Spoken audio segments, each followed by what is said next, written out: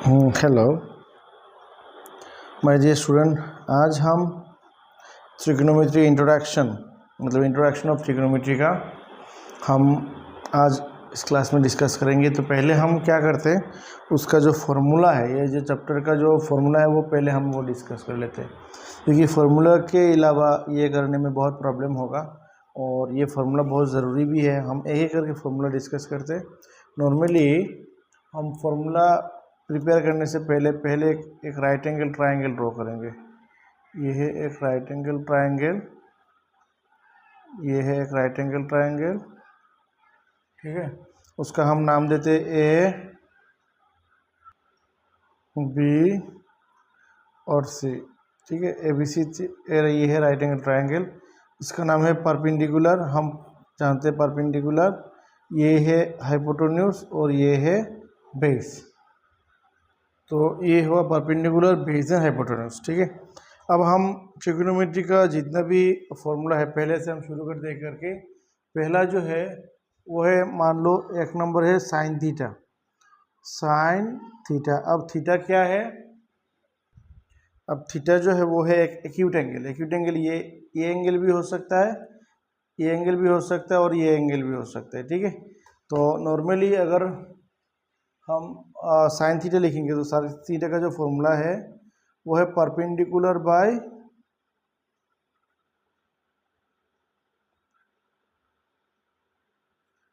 Hypotenuse.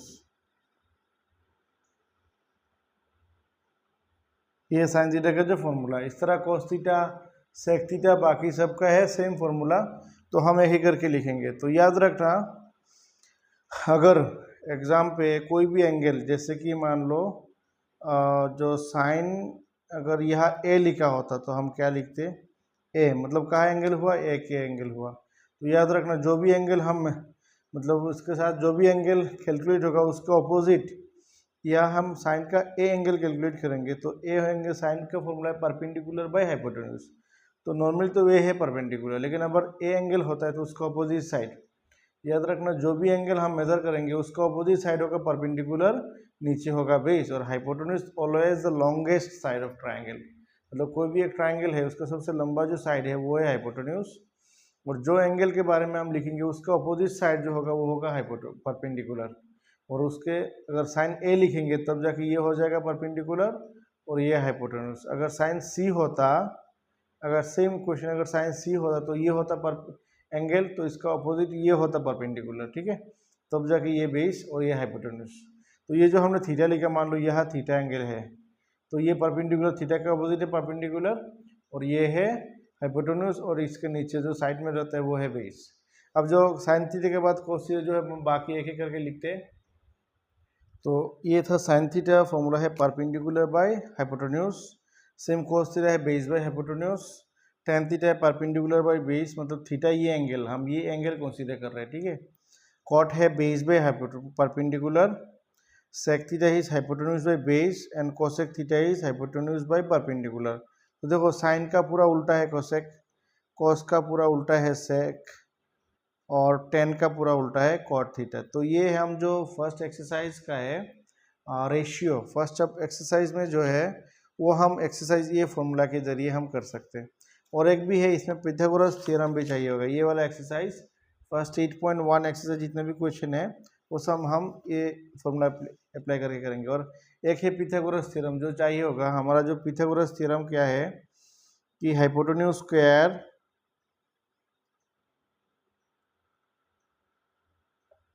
Hypotenuse square equal to perpendicular square plus base square.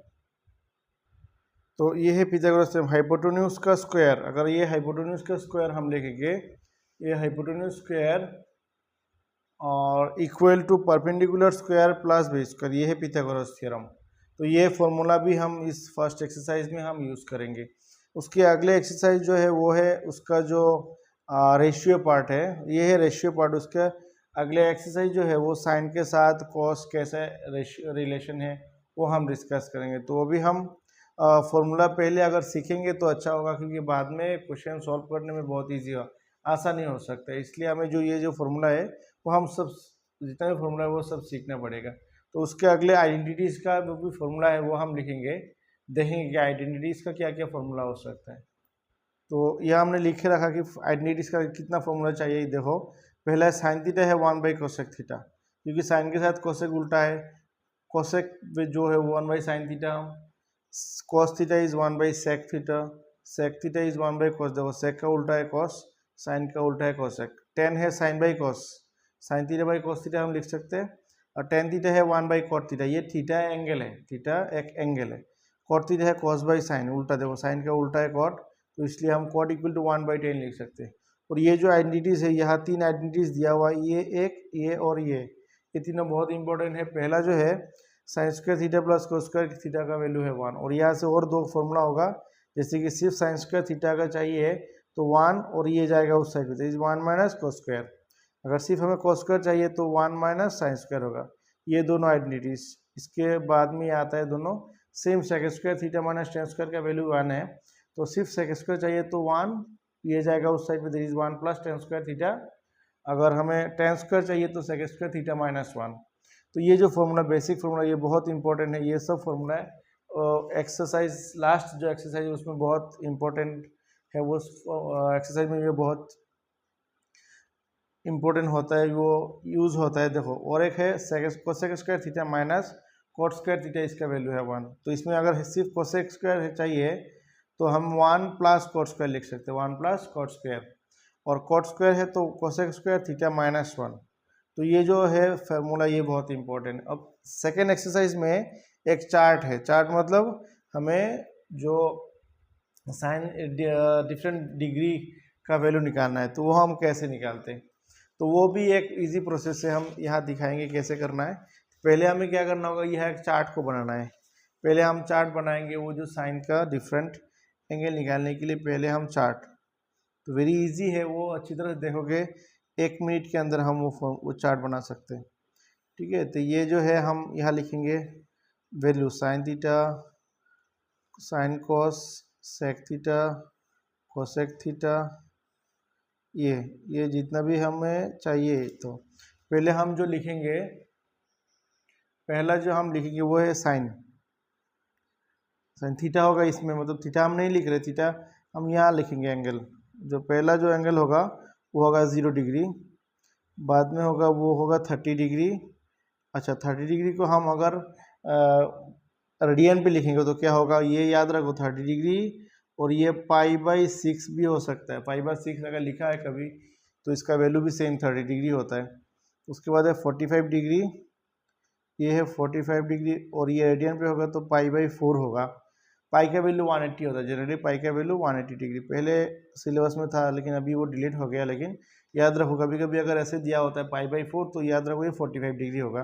Then 60 degree जो है वो π/3, then last है 90 degree, ये है π/2। तो इन सब का वैल्यू ऑलमोस्ट सेम ही है। तो हमें कैसे निकालना है, साइन 0 डिग्री का वैल्यू 0, साइन 30 डिग्री का वैल्यू हाफ। पहले जो लाइन अगर हम सीख जाएंगे तो बाकी सब ऑटोमेटिकली आ जाएगा। Sine 0 degree 0, 30 degree half, 48 degree, 1/√2 और साइन 60 डिग्री, √3/2 और साइन 90 डिग्री 1। देखना कभी यूट्यूब में बहुत सारा ट्रिक मिलता है, ट्रिक मतलब वो बहुत सिंपली सा ट्रिक से हम इसको निकाल सकते हैं। लेकिन प्रॉब्लम क्या है, अगर हम ट्रिक सीखेंगे तो कौन सा क्वेश्चन में कब कौन सा वाला ट्रिक अप्लाई करना है वो हमें इतने जल्दी पता नहीं चलेगा। लेकिन अगर हम डायरेक्टली इसको वैल्यू सीख लेंगे तो डायरेक्टली हम वैल्यू पुट कर सकते हैं, या ट्रिक लेने का ज़रूरत नहीं। तो साइन के बाद हम लिखेंगे कॉस, तो ये आता है कैसे, ये वेरी सिंपल है, रूट ओवर ऑफ देखो क्या लिखे, अगर 1/n/4 लिखेंगे उसका रूट लगाएंगे। साइन देखो पहला जो है 0, अगर हम यहाँ 0 पुट करेंगे तो 0/4 मीन्स 0। उसके बाद है 1, तो 1/4 उसके ऊपर रूट लगाओ, दिस इज 1/2, ये मिल गया। थर्ड नंबर जाएंगे तो 3/4 उसके ऊपर रूट करोगे तो √3/2, और सॉरी 2/2, ये सेकेंड है, 2/2 करेंगे तो 1/2 मिलेगा। मतलब अगर हम n/4 इस जगह पे हम 1 लिखेंगे तो पहला वैल्यू मिल जाएगा। देखो 0 पुट करना है तो पहला 0 1 2, तो इस जगह 0 एक्चुअली क्या होता है, √n/4 जो है वो अगर हम साइन साइन थीटा का वैल्यू हम पुट कर सकते हैं। एन के जगह 0 लिखेंगे तो ये मिलेगा, एन के जगह 1 लिखेंगे तो ये मिलेगा, एन के जगह 2 लिखेंगे तो ये मिल जाएगा, 3 लिखेंगे तो ये मिलेगा, 4 लिखेंगे तो ये मिलेगा। तो ये इतना लिखने का ज़रूरत नहीं है। अगर ये पहला जो लाइन है वो हम डायरेक्टली सीख लेंगे तो बाकी ऑटोमेटिकली आ जाएगा। Very easy. देखो कॉस का जो वैल्यू है उसको उल्टा करके लिखना है, मतलब लास्ट पे जो लिखा है वो फास्ट पे लिखना होगा। अब जाके ये लिखना है √3/2, अब जाके ये लिखना होगा √2 और ये उसके बाद है 0। हो गया, देखो ये दोनों इजीली हो गया। अब हमें लिखना है टेन थीटा, थीटा मतलब 0 डिग्री होगा ये। तो टेन जो था वो फॉर्मूला क्या था याद है? उससे पहले हमने लिखा टेन थीटा क्या था, sine theta by cos theta, मतलब साइन और कोस को सिर्फ डिवाइड करना है, साइन को कोस से डिवाइड, तो साइन का वैल्यू है 0, ये है 1 को अगर 0 से डिवाइड करेंगे दैट मीन 0 हो जाएगा। अगर ये डिवाइड कर देते हो 2 कैंसिल होगा, 1/√3 है, 1/√3, इन दोनों सेम डिवाइड करेंगे तो 1 हो जाएगा। इसको 2 डिवाइड करेंगे तो सिर्फ √3, और 1 को अगर 0 से डिवाइड करेंगे दैट मीन्स अनडिफाइंड होता है, वो डिफाइन नहीं होता है। तो कोट 10 के बाद हम लिखेंगे कॉट। कॉट देखो साइन का उल्टा है कॉट, कॉस 10 का उल्टा हम कॉट लिखेंगे। उल्टा मतलब इसको लास्ट जो है उसको फर्स्ट पे लिखेंगे, लास्ट √3, यह √3, 1 तो 1 सीरियल वाइज 1/√3, और ये हो गया हमारा 0। अब जाते हम कोसेक, COSEC। कोसेक जो है फॉर्मूला क्या था, कोसेक थीटा था 1/sin थीटा, याद है क्या? पहले हम 1/, मतलब साइन को उल्टाना है, रेसिप्रोकल करना है, साइन का जो वैल्यू है उसको रेसिप्रोकल करो। तो उसके नीचे है 1, अगर हम उसको उल्टाएंगे तो 1 जाएगा ऊपर, 0 आएगा नीचे, 0 आएगा नीचे होता तो उसका वो होता है अनडिफाइंड। जैसे कि 1 जाएगा ऊपर, 0 आएगा नीचे, तो 0 से डिवाइड करोगे इसको तो अनडिफाइंड हो जाएगा। इसको उल्टाएंगे तो ऊपर जाएगा 2, इसको हम उल्टा करेंगे तो रेसिप्रोकल, ये √2 पर जाएगा, इसको करेंगे तो 2/√3 हो जाएगा, और 1 को उल्टाओगे तो 1 ही मिलेगा। 1 को उल्टाना मतलब क्या है, 1 है उसको नीचे 1 है ना, उसको उल्टाओगे तो 1/1 ही रहेगा, इसलिए ये होगा। अब जाके रहता है लास्ट जो है सेक सेम पहले जैसे किया था, इस कोसेक को उल्टाना है तो 1 को पहले लिख दो, उसके बाद 2/√3, उसके बाद ये 2, और उसके बाद जो है लास्ट अनडिफाइंड। तो ये सिंपली सा चार्ट रेडी हो गया। विदिन 1 मिनट लगेगा ज़्यादातर समय, अगर 2-3 बार करने के बाद बहुत एक्सपर्ट जब हो जाओगे। और कुछ वैल्यू जो है वो याद रखना, क्योंकि वो वैल्यू हमें चाहिए होगा, वो वैल्यू हमें सीखने से बहुत अच्छा होगा। क्योंकि उसके अगले जो एक्सरसाइज है application of trigonometry, some application of trigonometry जो है उसमें कुछ वैल्यू जो है वो मेजरली यूज होता है, बहुत ज़्यादा यूज होता है। तो कौन कौन सा वैल्यू यूज होता है वो हम यहाँ मार्क करके देंगे, वो ये डायरेक्टली सीख लेना। तो वो अगले एक्सरसाइज में जब जाओगे, चैप्टर में जाओगे, तो बहुत इजीली उसको फाइंड आउट कर पाओगे। तो मैं मार्क करके दो कौन सा किया, मतलब वो बहुत इंपॉर्टेंट जो वैल्यू है वो सीखना पड़ेगा।